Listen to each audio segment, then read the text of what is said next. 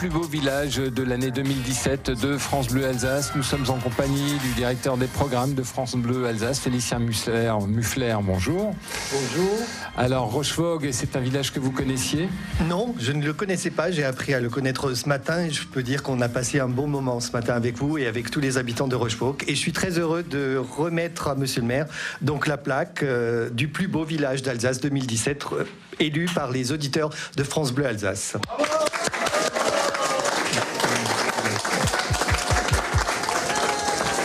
Quand on est venu vous voir, Monsieur le maire, au mois de février-mars, ici, il faisait froid, il n'y avait pas beaucoup de monde dans les rues, mais il y avait quand même un petit peu de monde. Est-ce que c'est un truc que vous connaissiez, l'émission Le plus beau village sur France Bleu Alsace ? Oui, on connaissait et on voulait sincèrement vous remercier, tous les villageois et tous les auditeurs, pour ce que vous faites ici à France Bleu Alsace et à France Bleu Elsass aussi, Monsieur Var, Monsieur Muffler, Jonathan également, de faire vivre l'Alsace, de faire vivre sa campagne, de montrer aussi toutes les spécificités qu'on a et tout le dynamisme qu'on peut avoir localement dans des plus grandes villes, mais aussi des plus petits villages. Et donc, merci beaucoup pour ce formidable portrait que vous nous faites. On va dire un mot de votre fonction. Maire, c'est quelque chose. Alors oui, pendant longtemps, ça faisait rêver. Maire, c'était un peu le patron du village, le seigneur, etc. Les choses ont un petit peu changé.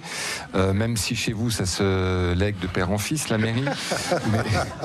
Mais les choses ont quand même, au fond, un petit peu changé. Et il y a beaucoup de villages dans lesquels on a de plus en plus de mal à trouver des candidats un petit peu plausibles, etc. Parce que on dit que c'est un boulot de chien, qu'il y a de moins en moins de moyens, que les gens sont de plus en plus exigeants. Monsieur le maire, le périscolaire, chez vous, il y en a un depuis longtemps, depuis Charlemagne, mais c'est quand même, il y a beaucoup de contraintes dans ce métier. Effectivement, vous confirmez, c'est une charge pour vous, c'est un plaisir de servir la collectivité. Alors, les personnes qui s'engagent sont justement motivées par ce plaisir de servir, c'est vrai, mais effectivement, je le constate en 8 années de mandat que les choses se sont effectivement dégradées sur les relations qu'on peut avoir, sur les demandes immédiates qu'on peut avoir, et puis surtout sur les contraintes qui pèsent sur nous et qui sont parfois difficiles à expliquer, mais qui sont parfois même invisibles, mais les contraintes de l'État, les contraintes de l'intercommunalité, où on voit qu'on est bridé et que justement les énergies qui pourraient être là disponibles parfois ne peuvent pas s'exprimer parce que on a des réglementations pas possibles, où on a des obstacles et des difficultés qui se mettre en travers de notre chemin pour faire avancer notre